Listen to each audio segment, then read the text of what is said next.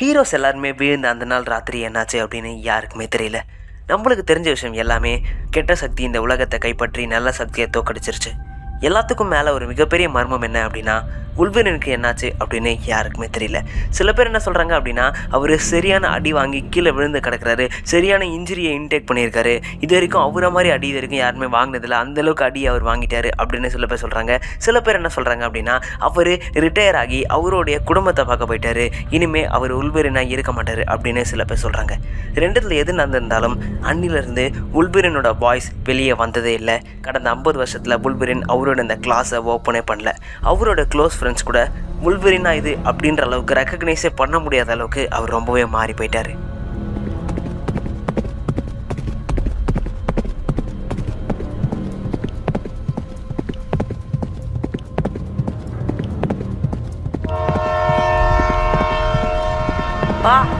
பா நம்மளோட டிராக்டர் உடஞ்சி போச்சுப்பா.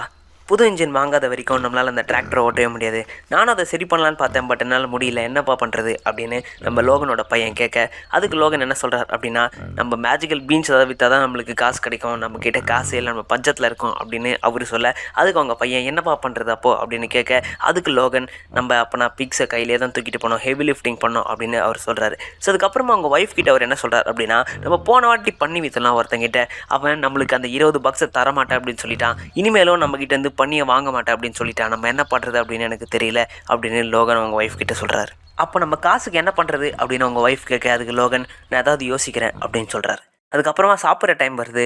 அவங்க அம்மா என்ன சொல்கிறாங்க, அது லோகனோட ஒய்ஃப் என்ன சொல்கிறாங்க அப்படின்னா, ஜோலின் அப்படின்னு சொல்ல போகிறவங்கள நான் மார்க்கெட்டில் பார்த்தேன், அவங்க எக்ஸ்பாக்ஸ்க்கு $32 தரேன் அப்படின்னு சொல்லியிருக்காங்க அப்படின்னு அவங்க சொல்ல, அதுக்கு லோகன் என்ன சொல்கிறார் அப்படின்னா, என்னோட பசங்களோட டாய்ஸை நான் விற்க மாட்டேன், எந்த காரணமாக இருந்தாலும் சரி, அவங்களோட என்டர்டைன்மெண்ட் அதுதான், ஸோ கண்டிப்பாக நான் விற்க மாட்டேன் அப்படின்னு லோகன் சொல்ல, அதுக்கு அவங்க பையன் என்ன சொல்கிறார் அப்படின்னா, அது விளையாடுறதுக்கு எங்களுக்கு டைமும் கிடைக்க மாட்டேதுப்பா, அது நாங்கள் அந்தளவுக்குலாம் யூஸ் பண்ணுறது கிடையாது, வேணா விற்றுக்கோங்க அப்படின்னு அவங்க பையன் சொல்ல, அதுக்கு அவங்க அப்பா திரும்பியும் நான் என்னோட பசங்களோட டாய்ஸை விற்க மாட்டேன் அப்படின்னு சொல்கிறாரு. ஸோ அதுக்கப்புறமா அவங்க பொண்ணு லோகன் கிட்ட ஒரு கேள்வி கேட்குறாங்க, பா என்னோட ஃப்ரெண்டோட அம்மா ஒன்று சொன்னாங்க, நீங்கள் ஒரு பெரிய சூப்பர் ஹீரோவாமே ஒரு காலத்தில், நீங்கள் எல்லாருமே போட்டு அடித்து நொறுக்குனீங்களாமே, அதை பற்றிலாம் சொல்லுங்கப்பா அப்படின்னு சொல்ல, அதுக்கு லோகன் உங்கள் ஃப்ரெண்டோட அம்மா கிட்ட போய் சொல்லு, சூப்பர் ஹீரோ அப்படின்ற மாதிரியான விஷயம்லாம் ஒன்றும் கிடையாது, அதெல்லாம் சுத்த போய் அப்படின்னு ஒரு விஷயமே இல்லை, ஒரு நல்ல பொண்ணாக இரு, அந்த பிரெட் ரோல் எடுத்துக்கொடு அப்படின்னு லைட்டாக கோவமாக பேசிட்டு வெளியே கிளம்பி வந்துடுறாரு. ஸோ வெளியே வந்து சன்செட்டை பார்த்துக்கிட்டு இருக்காரு, கூட அவங்க ஒய்ஃபும் அவர் கூட வந்து நிற்கிறாங்க. சரி நம்ம பொண்ணு எதுவும் தெரியாமல் கேட்டுட்டா விடுங்க, அவன் மேலே கோவப்படாதீங்க அப்படின்னு லோகனோட ஒய்ஃப் சொல்ல, அதுக்கு லோகன் நான் அவன் மேலே கோவப்படல, எனக்கு என் மேலே தான் கோவம் அப்படின்னு சொல்கிறாரு.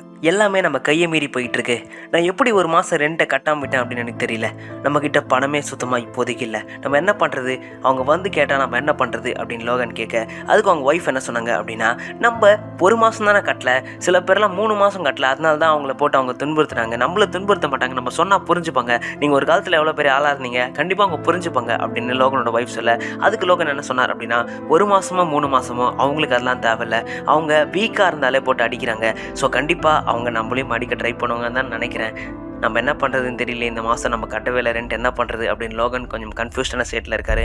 அடுத்த மாதம் நம்ம டபுளாக கட்டிக்கலாம் அப்படின்னு சொல்கிறீங்க அப்படின்னு அவங்க ஒய்ஃப் சொல்ல, அதுக்கு லோகன் என்ன சொல்கிறார் அப்படின்னா, அவங்கெல்லாம் ப்ரூஸ் பேனரோடைய பேரம்பேத்திங்க மரீன், அவங்க நியாயமாக நடந்துக்க மாட்டாங்க அப்படின்னு ஒரு விஷயத்த நம்ம லோகன் ரிவீல் பண்ணுறாரு. 2 நாள் கழித்து லோகனோட பையன் அவரோட கையில் ஷார்ட் கன்னை வச்சுக்கிட்டு அதில் புல்லட்டை லோட் பண்ணிகிட்டு இருக்காரு. அதுக்கு அவங்க அப்பா கோவப்பட்டு அந்த கன்னை ஒழுங்காக கீழே வச்சிரு அப்படின்னு சொல்ல, அதுக்கு அவங்க பையன் ஒருவேளை அவங்க நம்மக்கிட்ட ஏதாவது ட்ரபுள் பண்ணாங்கன்னா, நம்மக்கிட்ட ஏதாவது பிரச்சனை பண்ணாங்கன்னா நம்ம அதுக்கு எதிர்கொள்ளணும்ல, அதனால தான் இந்த கன்னை நான் லோட் பண்ணிகிட்டு இருக்கேன் அப்படின்னு அவர் பையன் சொல்ல, அதுக்கு லோகன் இந்த கன்னை பார்த்தா தான் அவங்க பிரச்சனையே பண்ணுவாங்க அப்படின்னு பேசிக்கிட்டு இருக்கும்பொழுது அவங்க பொண்ணு சொல்கிறாங்க, பா அவங்க வந்துட்டாங்க அப்படின்னு சொல்கிறாங்க.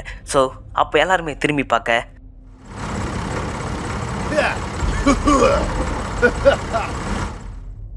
மிஸ் பேனர், ஹேய் உல்வரின் எப்படி இருக்க, ஓ சாரி உன் பேர் உல்வரின் இல்லைல்ல, இப்போது அந்த போர்லேயே அந்த உல்வரின் செத்து போயிட்டான், நீ தோத்தப்போவே உல்வரின் செத்து போயிட்டான், இப்போ ஒன்று லோகன் அப்படின்னு சொல்லிட்டு தானே கூப்பிடணும், சரி நீ இந்த மாதம் ரெண்ட்டை கட்டலை, அதனால தான் நான் என்னோடய பிரதர்ஸை கூப்பிட்டு வந்திருக்கேன், நீ அவங்கள பார்த்துருக்கல, 1 வாட்டியோ 2 வாட்டியோ பார்த்துருக்கேன் மேம் அப்படின்னு லோகன் சொல்ல, அதுக்கு அவங்க என்ன சொல்கிறாங்க அப்படின்னா, நீ ஒரு காலத்தில் பெரிய ஜித்தா இருந்தியாமே, ஒரு காலத்தில் எல்லாரையும் போட்டு அடிச்சிட்டு இருந்தியாமே, அப்போ எங்கே இப்போ ரொம்ப பம்பி உட்காந்துக்கிட்டு இருக்க, சரி பனிஷ்மெண்ட் வாங்க ரெடியாகு, இல்லைனா உன்னுடைய பிச்சைக்கார ஃபார்மை நான் மொத்தமாக அடித்து நொறுக்கிடுவேன், என்ன பனிஷ்மெண்ட் வாங்க ரெடியாக இருக்கியா, ஹோய் உன்னதான் என்ன பனிஷ்மெண்ட் வாங்க ரெடியா, என்ன பனிஷ்மெண்ட் வாங்க ரெடியாக இருக்கியா, எஸ் சார், நான் அடி வாங்க ரெடியாக இருக்கேன் அப்படின்னு லோகன் சொல்கிறாரு. ஸோ அவங்க எல்லாருமே போட்டு நம்ம லோகனை அடித்து பிரித்து மேய்கிறாங்க. அவரோட கை காலெல்லாம் புடைக்கிறாங்க.